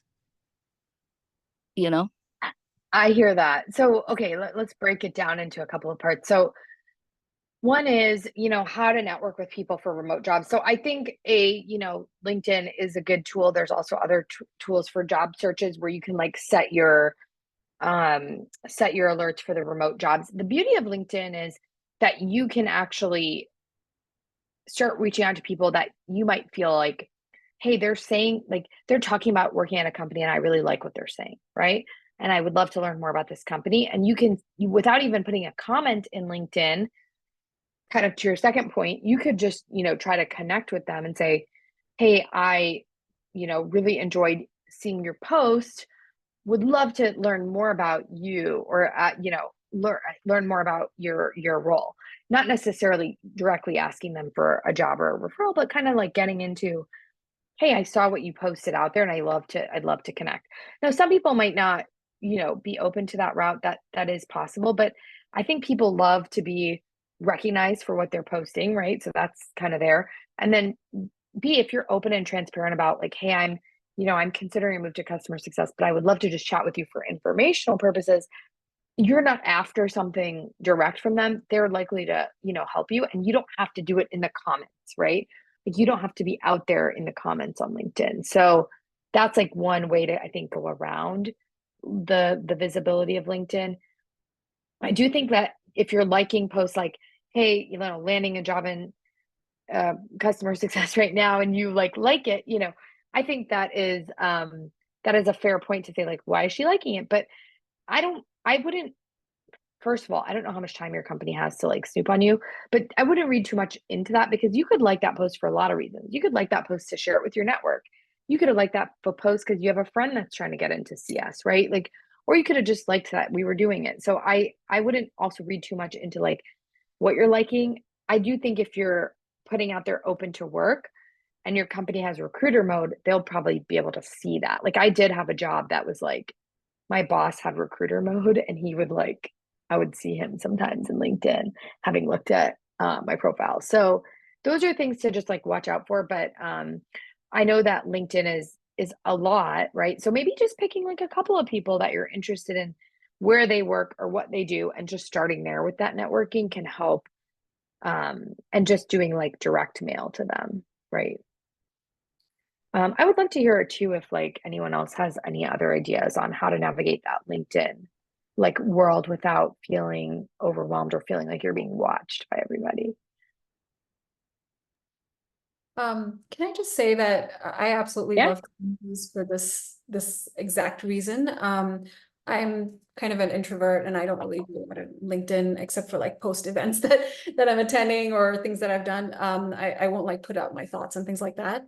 One of the ways that I love to connect with people is one-on-one, and communities are great for that. Like, if you like, nobody's going to see from your company like you're reaching out one-on-one to somebody on Slack, in a Slack community. They're not going to see that.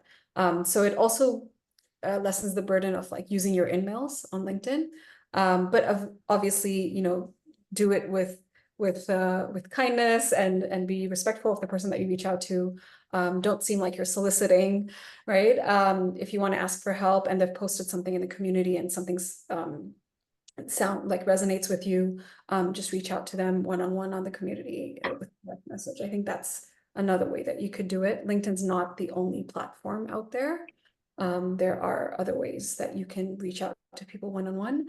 And like Parul said, I wouldn't think too much into it. I mean, there is so much happening on LinkedIn, and it could be for like any reason, right? You can put out your thoughts on LinkedIn because you just want to be active on LinkedIn. In fact, maybe what you could do is you could like supplement it with stuff about your company, and actually put out stuff about your company so that they see that you're actually promoting the company, and not just yourself. Thank you. Thank you for the suggestion. Yeah, I would just actually add one more thing there. I love that, like also putting your company stuff on there, Bhumika. That was awesome. The other thing I would also say is, and it's okay if they see your activity, like, you know, kind of like Barl said, it's totally okay, but I would just stay consistent, right? A lot of people get on LinkedIn when, you know, they're looking for a new job, or, you know, if they need something new in the near term. But if you just stay consistently engaged in the community, right, no one's going to think anything of it. Because that's just what you do, right? And so, and it's good to continue to maintain your network and grow and make friendships and professional friendships, all of that, right? So I would just encourage you to just continue doing it, because if you just do it like randomly, then maybe somebody may pay more attention. But if you're always doing it, that's just who you are, and that's totally okay. I love Great. both those pieces of advice. Thank you, guys. Hopefully that was helpful, Diana. That is very helpful. Thank you very much. Great. Any other questions from the group?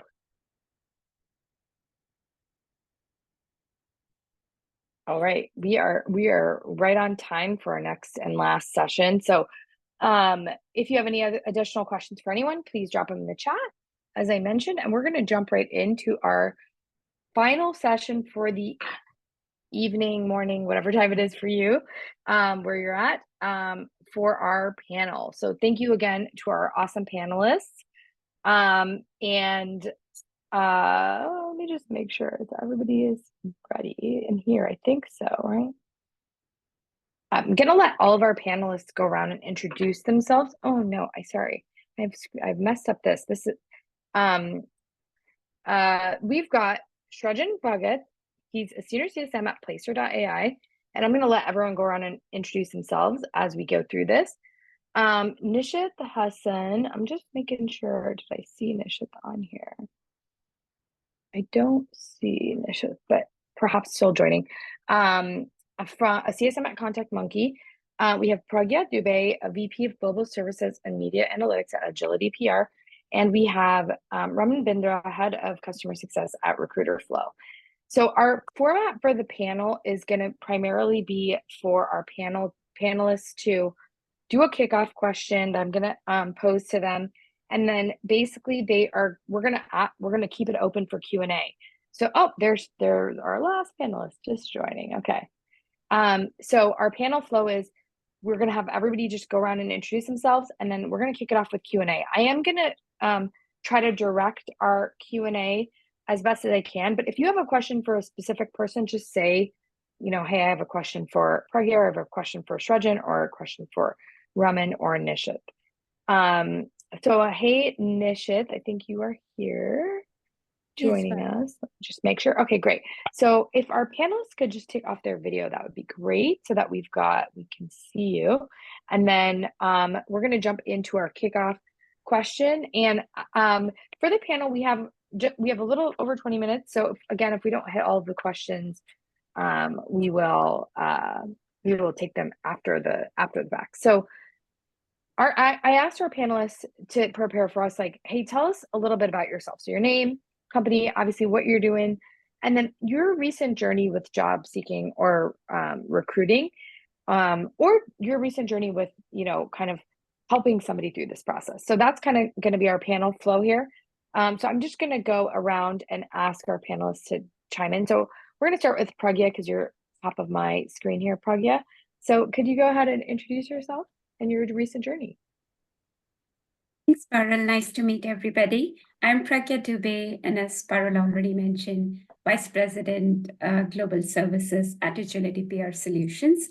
So at Agility, it's a SaaS technology company that produces software for public relations professional.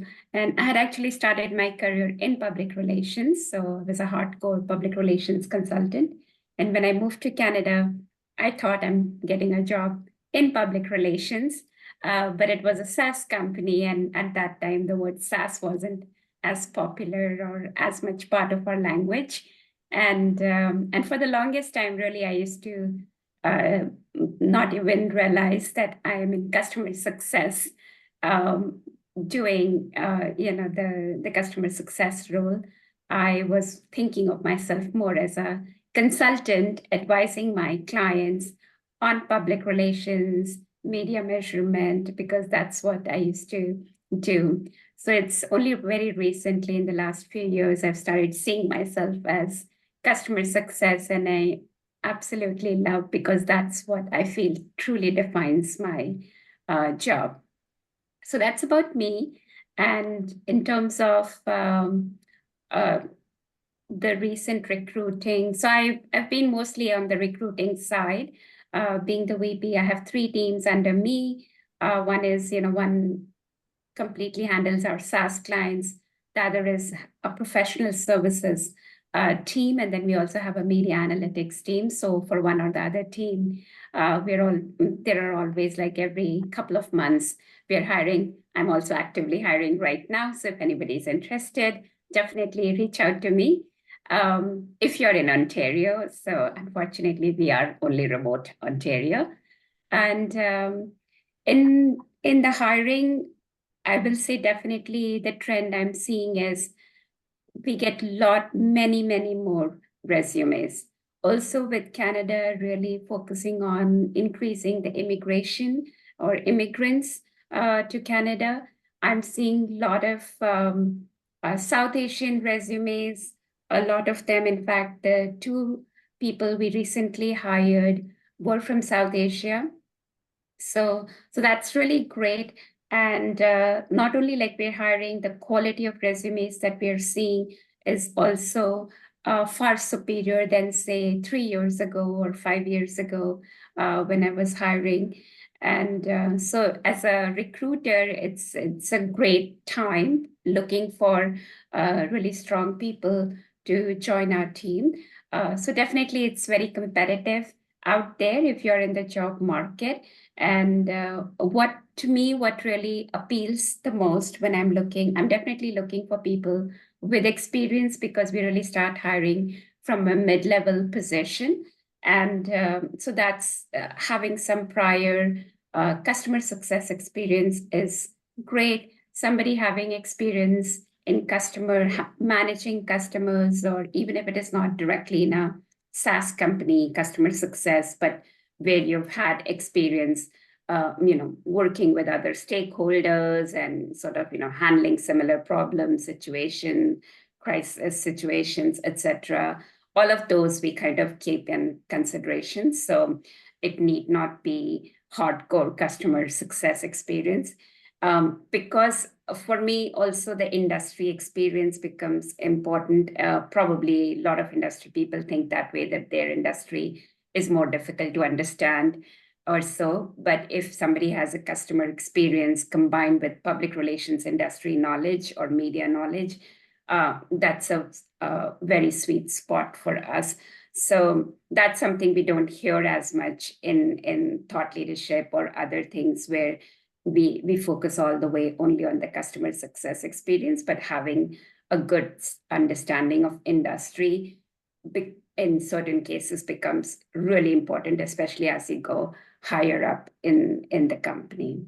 So I'll take a pause there and pass it on to whoever you have next, Parul, on your list.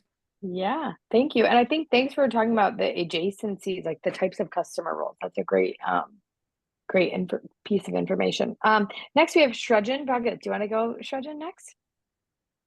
Sure. Yeah. Thank you so much, Barrel. I'm really grateful to be here. And really also, some of the other attendees, I've really appreciated some of the previous sessions. So thank you. A little bit about me. My name is Rajan. I'm based here in Austin, Texas.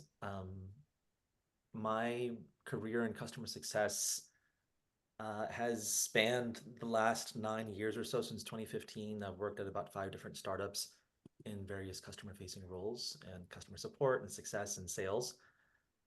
But my roots are working in my degree was in environmental science, and I worked briefly for the city of Austin in the state of Texas in water quality management. So related, but maybe a separate story of how I made that transition. Happy to talk about that later. In terms of my recent journey with job seeking or recruiting, so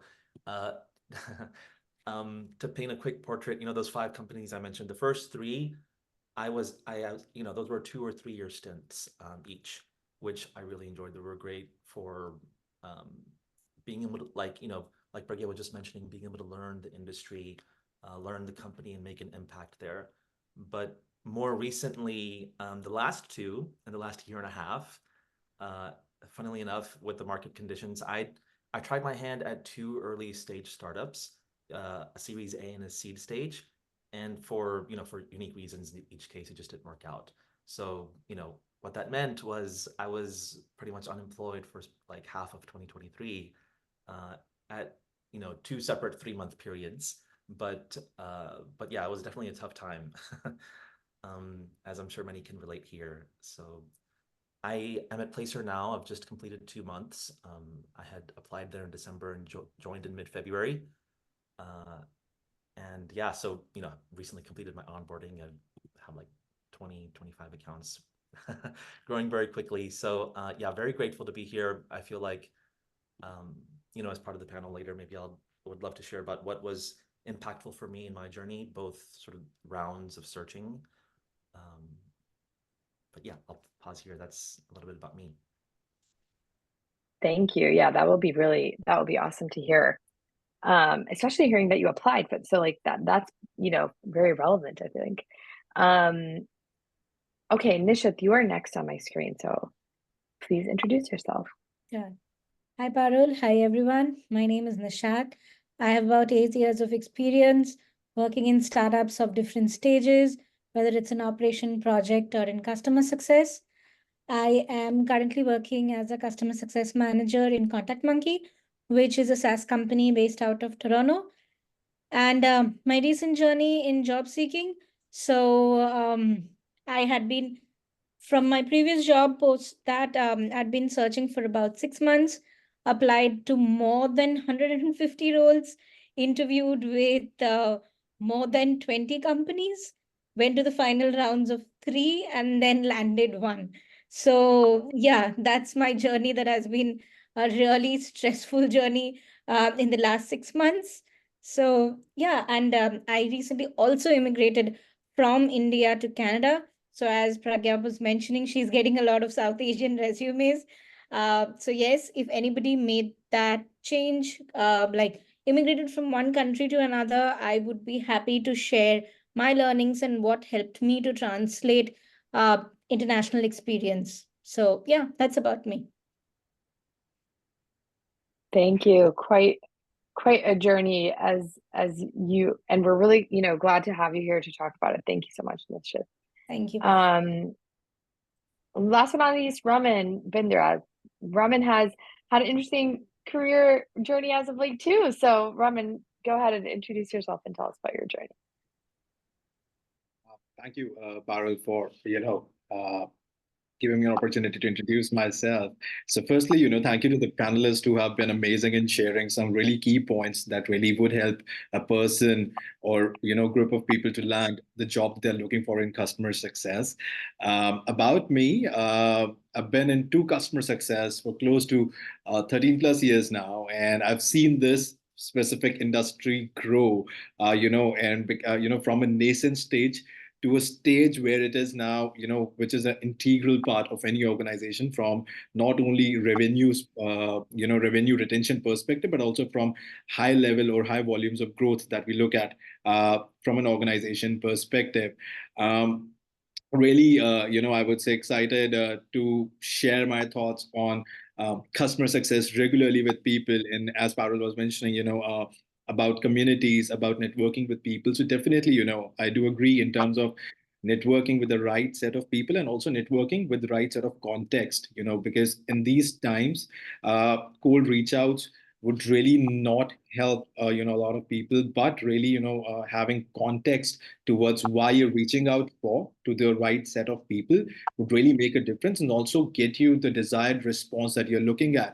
And when I say right, context, it could be anything from, say, for example, if you have looked at a hiring manager and you really want to reach out, try to go through the profile, try to see what kind of post they have liked, try to see, what kind of recent post they have written or an article that they have written, or even any post that they have commented on. Try to have that subject or context so that they can really understand, you have done your set of research and you're coming out with a context. So again, just sharing a small example. Also about my recent journey, I would say that in the last 6-7 months, I have seen both sides of the table. One wherein, I was trying to land a job in 2023. And what really helped me was, again, networking. Also, the contribution that I've been, doing in the community really helped me, because sometimes you really don't know people are observing and you really don't realize that. And trust me, the same happened with me, wherein, I have been talking to a lot of people. I try to help a lot of people in terms of resumes, in terms of, getting that right cut on the job. And also not only getting people hired, but also trying to reach, reaching out to the right set of people in the companies to kind of solve problems. That also matters a lot. And that is something that I've been doing, as a part of my, you can say, passion. And that really helped me kind of, land a job in the company that I was really looking forward to work with, because these guys kind of reached out to me and they said, like, remember we connected 6-7 months back and we were facing an issue and you had some really great insights towards it. Can we discuss more about it? And we kind of, picked up that discussion. And that's where these guys told me that, hey, why don't you kind of, work with us? And similar thing happened with me in 2018 as well. So this really works. And it's a, testament towards, your contributions towards the community. Second piece, now, when on this other side, when I'm trying to hire people now in the role that I am in. So I'm right now working as Director Customer Success at Recruiterflow. And a one-liner explanation on this company is that, it is an all-in-one recruitment software that is built for recruiting and staffing firms. It is just a modern application tracking system and a recruitment CRM designed to accelerate your hiring processes, right? Now, from the perspective of a hiring manager, what I am looking at for open profiles for the people who are applying in our organization. One, definitely understanding on CSM as a function. How critical is this function, and what is your thought process in terms of helping customers with their problems, articulating them? So these are some key things that we look at. Also, while we do this, we also try to understand how much the person has done research on our company, because sometimes there are a lot of times when I have also personally done it, to that when you are out of job, you are in that panic situation and you are kind of applying to multiple companies in one go. Sometimes we just need to take a step back and just reevaluate, is this the right company that I would really want to work for? Are my skill sets really aligned for this particular job, for this particular product, and also for this particular role? And that's where you would be more confident in sharing your profile with the right set of people and kind of doing more justice to it. So that is one thing that we look for. And then also one thing which Swati and Bhumika are also mentioning, impact and keywords. And those keywords need to be aligned with your respective impact. So when we are talking proactiveness, you just can't write a statement that, hey, I'm proactive in nature. It doesn't really ring a bell there. But by being proactive, what did you achieve in your career? What did you achieve in your past role? What kind of numbers were you able to move? Is something that we are really looking forward to hear from you. And then when we say, NRR, What is the percentage that you hit the NRR with? Were you growing? What was the stage when you joined the company? What is the present stage? How and what steps have you taken to improve NRR? Again, just an example. But the point that I'm trying to make here is put your impact out there and leverage it with numbers that really show impact. That is something that can really help you, outgrow and give or get the attention that you're trying to get from the people, and also specifically for people like me, when we are evaluating resumes for the people who can join the company. But yeah, and when you actually, the resume is shortlisted and when you are being interviewed, I guess when we are talking about ourselves, I guess it should be a story that is full of data relevance, that is full of impact, and that is full of also, alignment of your skills and expertise that could help the present organization in which you are being interviewed, instead of it just being a generic statement around your experience and skill sets. So yeah, this is something that has been helpful, and this is something that I've been doing, and this is about me. But thank you so much for giving me an opportunity to talk about myself on this call. Awesome. Thank you, Roman. Jam-packed. Hopefully everyone caught all the good tidbits and notes. But I think what you said was really cool about personalizing your outreach when you're talking to people, because anybody, if they've posted a picture of their dog and you're like, wow, that's a really cute dog, they're going to respond well to that, sentiment, and know that you're human first. So I love that. I love that example. Okay, if anyone has any questions, please do drop them in the chat. We have some questions that were submitted prior, so I'm going to drop one out there. But please do drop your questions in the chat or raise your hand in the meanwhile. Okay, so Nishith, I know we heard about your journey a little bit. So the question for you is, obviously through the process, so many interviews, you can achieve a state of burnout, right? Tell us, sort of, how was your process? How did you deal with your stress, and what advice do you have for folks on that, if any? So if someone says that try to be as much without stress as possible and don't burn yourself out, for me, that was not applicable. I accepted the fact first that I am going to be stressed and I'm going to get burnt out and I'm going to get rejection. So maintaining the positive outlook all the time might not be humanly possible. So first, accepting that for me was the biggest thing. And the second was the day I would get a rejection, if that was something that I really was looking forward to, I would take a 1 day or a 2-day break to tell myself that it's okay. I used to completely disconnect myself and be like, it's okay. There's something out there. I always used to tell to myself that there's something out there for you, waiting for you. And a reminder to yourself that you have had a long journey, you have had a long career, even if you're a fresher, just reminding yourself of the achievements you have had all through these years. That's a great reminder to yourself that this is a phase that will pass off. That's something you have to keep reminding yourself. I think that helped a lot. And what are your stress busters? Make a list of them. What helps you? Watching a movie, music. This job search will end. At that point of time, that 6 months, I used to feel that, will I ever land a role? Will I ever land the next role? But I think if you ask anybody out there, there is light at the end of the tunnel. You will land the role. Just have that patience. But patience is very important, very difficult, but very important. That's all I would say. And any gyan out there is not going to work out. You'll have to figure out what your own stress busters are and then implement them, and accepting the fact that it's going to be stressful. Rejections are going to be there. You'll have to take pause in between and breathe a lot. That's the only thing I would definitely say. Wow. I mean, I love that. And I think that your sentiment on putting them down on a list, reminding yourself, we often don't remind ourselves, right? What are my happy place things? And then taking a day off. I feel like everyone's like, okay, the next day I'm going to apply to 10 jobs, right? And that's not necessarily going to give you the most clarity too. So thank you for sharing that. That's awesome. Okay, I've another question for Pragya. I know that you personally have actually connected with people about their struggles. What are some of the struggles that you've been hearing about, like, in the community, and what are some of your pieces of advice for people?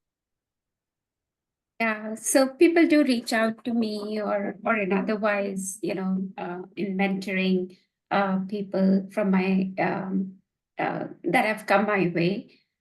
The most common one for people who are looking for jobs is just that I've been applying, but I don't even hear anything. It's frustrating, and they feel hopeless. So that has been the most common thing, and really one of the things I do in those discussions, and it's hard, like Nishat said, no matter what anybody says, once you kind of get into that down place, you just see down and darkness and not be able to see the light. But one of the things I have done for myself in the past, in the early stages of my career when I was new in Canada, and what I like to pass on is that what I like to share back is that, look for the positives in there. Like, don't make the job process just apply.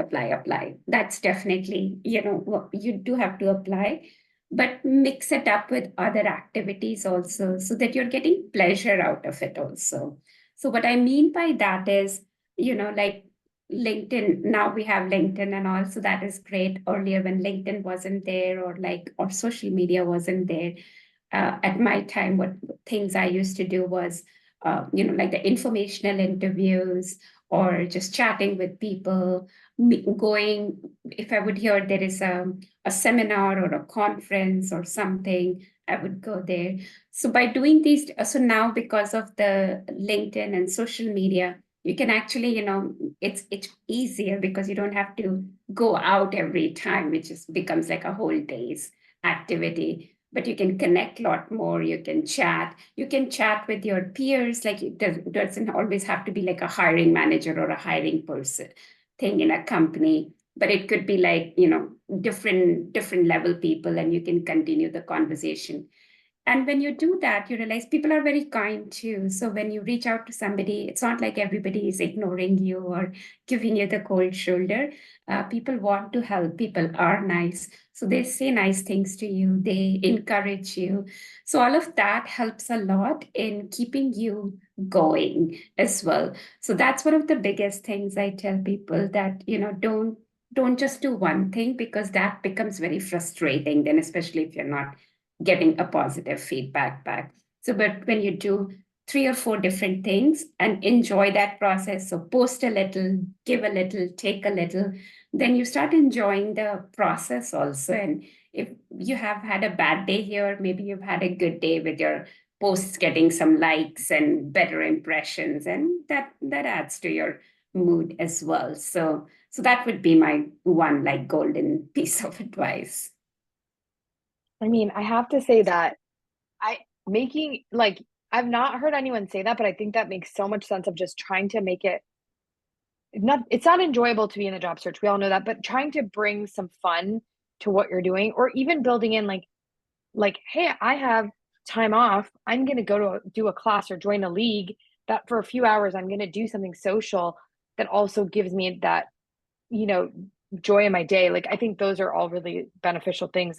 And I love that perspective that you've shared too. So I just want to, we have a couple more questions that I want to put out there, because our panel's not been long enough. I'm sure that people do have to drop. If you do, feel free to do that, but do take our survey at the end. But I'm just going to keep going for about a couple more minutes, if that's okay with our panelists, because I want to make sure we get questions answered for you all, and give you guys a little bit of chance. Srejan, I wanted to talk to you about this question that came up, which is, you found that what you were doing wasn't giving you the best feels. I can't think of the word, right? Maybe it wasn't for you, right? I'm working in some companies, it's not for me. Circumstantially, maybe you weren't in those jobs, and then you chose a path that you sort of prescribed a path for yourself, right? So were there any steps along that journey that you could share with us? Because obviously, again, like, not being in a job, you might feel like anxious to just have one, but you also knew the type of company you wanted to work at. Yeah, thank you for asking and sharing the question, Paula. It was actually, I mean, I remember feeling some really serious periods of conflict and talking to my friends about, like, you know, on one hand, being in a position where I can't afford to say no to an opportunity, but sometimes, you know, even in an interview being like, this is not, I don't think I want to work here. But I feel really lucky, like, you know, this, where I'm working now, I was a referral here, and I'm working specifically on the civic team. So I kind of am, you know, the crossroads between my experience in tech and my customers here are, you know, cities, counties, chambers of commerce, etc. So it, you know, it really, and I was really intentional. I mean, even though this other early stage company didn't work out, my attempt there was also, it was also in the civic space, and an intentional step for me when I left Influx Data, you know, 3 companies ago, to try to get back, take steps back towards the environmental science field. I was just, you know, I wanted to find more balance in work being, you know, a means to an end, and just wanting to live the life that, you know, and be able to take care of my responsibilities, but also finding meaning and alignment in what I consider my purpose, or and you know, it was a tough 1.5 years, but I, like, things eventually ended up coming together, and it ended up really being I think a strength in my application here, that I was, you know, specifically seeking out this kind of role. Yeah, it's like you also, I think it just goes back to the session Bhumika was talking about too, is like your unique skill sets, your unique value prop really like coming together in that ideal way, right? Which is, you know, that's what we all hope for, I think, in a lot of ways. It's awesome. Thank you for sharing. I see some really good chatter in the chat, so I'm going to take a peek. I know, Raman, you've been sharing some of your experiences here, so do you want to chime in a little bit? I think everyone can read it too, but you know, that what you've been doing, I know, really putting content out there, but also being active. How do you balance like doing that in your day to day? Because I mean, that's the hard thing. Or how do you get these opportunities? Let's talk about that, because not everyone has somebody asking them to do a podcast. Do you have to ask sometimes, or what are you doing to get this stuff so that you can build your brand? Well, I was also writing about this in the chat. I guess while I'm posting out the content, let's start with the basics. I guess the first thing is that I have built a network of, you know, on my LinkedIn, wherein, you know, I have connected with relevant stakeholders of the organization. May it be the CS leaders, you know, may it be the people who are trying to make it big, or may it be the people who have already made it big, you know, in this industry. So firstly, you know, I've kind of tried to connect with the right people. Second piece that comes is posting relevant content on LinkedIn. So sometimes, you know, we see that a lot of people are posting a lot of stuff on LinkedIn, but the point is that how much is it relevant in its nature, and how much is it practical in nature, you know, which people can really read and relate to, right? Say, for example, when we talk about CS, you know, it's great to talk about, you know, being proactive and stuff, but from generic problem mindset, what a CSM might be facing on a day-to-day basis. Say, for example, Nishad did mention about, you know, being burnt out, or, you know, patience is the key. Now, when we say patience is the key, when you're looking out for jobs, definitely it is. But also,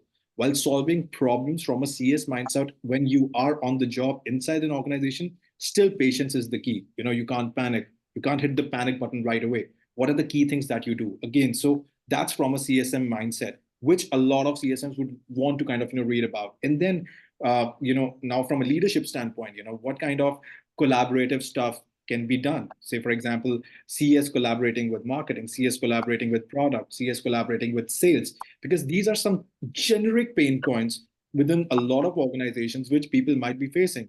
But then from my own experience, what I have done to kind of overcome this, I guess that relevant content, which when it goes out there, people, when they are reading about it, definitely reach out to me. I remember posting a content on sales and CS collaboration, and trust me, there were 2, 3 people from an organization, not from CSM perspective, but from a leadership perspective in that organization, reached out to me and said that, you know, how are you cracking this code? Because you know, it's a hot topic, and people in B2B SaaS setup, which are on their journey of 0 to 1 or 1 to 10, definitely face this issue a lot. So how are you overcoming? So I guess those create a narrative to, you know, start talking and making a discussion. And if they really find value in it, trust me when I mentioned this keyword that you are being observed, people really observe about the impact that you're making from the content and the relevance of your content. And they would reach out to you if you can be a good fit in an organization. So that's one part. Second part is being active in communities, as you mentioned. And in India, there are a lot of stand-ups happening. There are a lot of meetings that happen on the weekends wherein we meet in person in small groups, could be 10 to 15 or even 20 people. And we discuss about common general CS problems. We already have a set agenda that we are going to plan and discuss. We have limited seats of 20, 25 people. Again, not just restricted to CS professionals, could be CEOs, could be COOs who are facing this problem. They register, they come. We start having these discussions, talk about it. Again, when you are talking to the right people with the right mindset, again, you are being observed. And that's where, they do keep your candidature in place that, hey, if someday we are having a role, we will talk to this person. And that has been, really helpful. And that really works for you. So again, it all boils down to your contribution and the level of impact that your contribution is putting in the community. That could be a game changer. And again, the last point would be networking with the right set of people, in your industry could be another point to get noticed in such kind of scenarios. Awesome. Okay, so that's super rich, and I love that like community aspect, because I think that again, we feel like communities can be overwhelming, but showing up where you can, right, and doing it maybe how people want to be meeting in your region too, right? So you might not necessarily have regional meetups in India. You might be on the weekend, or here it might be this. Doing what you can, right? And so you don't have to show up to everything, but showing up to one, you can make an awesome connection. Okay, last question, because I think we are a little bit over. So just to respect everybody's time today, last question that I think would be a great one to kind of close on is, do you all have a resource, book, tip, mindset exercise, any kind of resource that you use in your life to keep the momentum going, either in the job search or in some other area? So I thought, Sonia, that was a great question. So I thought we could just go through all of our panelists kind of thinking about, what do you use in your life or recommend to people to keep the momentum going? I will let you guys think about it for a second here, but if anybody has the answer, go ahead and chime in. Pragya, you got an answer? Yeah, I can start.